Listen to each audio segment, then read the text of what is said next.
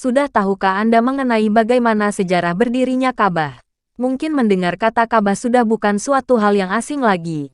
Akan tetapi tidak ada salahnya apabila juga mengetahui mengenai bagaimana dan mengapa apa itu bisa berdiri bahkan menjadi kiblat untuk ibadah salat semua umat muslim. Bagi Anda yang belum mengetahui mengenai sejarah rumah Allah tersebut, tidak ada salahnya apabila Anda menyimak penjelasan berikut ini. Perlu menjadi pengetahuan penting untuk Anda bahwasanya berdirinya rumah Allah dan Masjidil Haram tidak bisa lepas dari sejarah perkembangan agama Islam di Tanah Suci Mekah. Nyatanya, tampilan Ka'bah terus-menerus mengalami perubahan dari masa ke masa. Apabila semula merupakan bangunan dengan berbentuk kotak di tengah gurun pasir sekarang ini, bangunan megah tersebut juga sudah disertai dengan Hajar Aswad di tengah Masjidil Haram. Sebelum kita lanjut ke pembahasan mengenai sejarah berdirinya Ka'bah, perlu Anda catat bahwa secara bahasa Ka'bah merupakan Baitul Murabba. Artinya adalah bangunan dengan berbentuk persegi empat. Selain itu, Ka'bah atau rumah Allah juga mempunyai makna al-ghurfah yang artinya adalah kamar-kamar. Bukan hanya itu saja, akan tetapi juga al-ulu wal-murtafiyah dengan bangunan yang muncul ke permukaan tanah. Pada masa Ibrahim alaihissalam, seperti penjelasan pada bagian awal bahwasanya sejarah berdirinya Ka'bah tidak bisa luput dari Nabi Ibrahim AS. Dalam Al-Quran Surat Ali Imran ayat 96 sampai dengan 97 menjelaskan, salah satu kewajiban manusia terhadap Allah adalah pergi untuk melaksanakan haji bagi mereka yang mampu. Barang siapa yang mengingkari kewajiban haji tersebut ketahuilah bahwa Allah adalah yang maha kaya. Al-Azraqi meriwayatkan dari Ibnu Juraji, Ali bin Abi Thalib mengatakan bahwasanya Ibrahim melangkah dengan diiringi malaikat, burung dan awan. Mereka adalah penunjuk jalan, sehingga Ibrahim mampu menempati Baitul Haram. Seperti halnya laba-laba yang menempati rumahnya. Dia juga melakukan penggalian serta memunculkan pondasi dasarnya yang besar punggung unta. Batu besar itu hanya bisa digerakkan oleh laki-laki 30 orang. Hal tersebut merupakan awal dari sejarah berdirinya Ka'bah. Allah berfirman kepada Nabi Ibrahim AS, dan buatkan untukku sebuah rumah.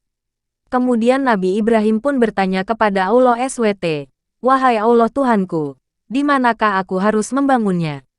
Selanjutnya menjawab dengan firman-Nya, akan kami tunjukkan kepadamu.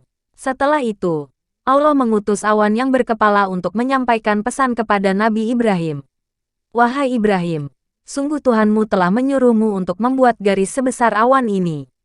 Mendengar perintah dari awan tersebut, dari Nabi Ismail tersebut segera melihat ke arah awan dan mengambil ukurannya. Melihat asli dari Nabi Ibrahim AS, awan utusan Allah kemudian bertanya, apakah sudah engkau lakukan? Iya, jawab Nabi Ibrahim, telah memastikan bahwa Nabi Ibrahim sudah melakukan perintah dari Tuhannya tersebut.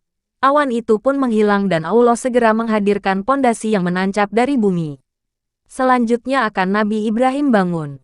Itulah sejarah berdirinya Ka'bah yang merupakan kiblat untuk ibadah salat umat muslim.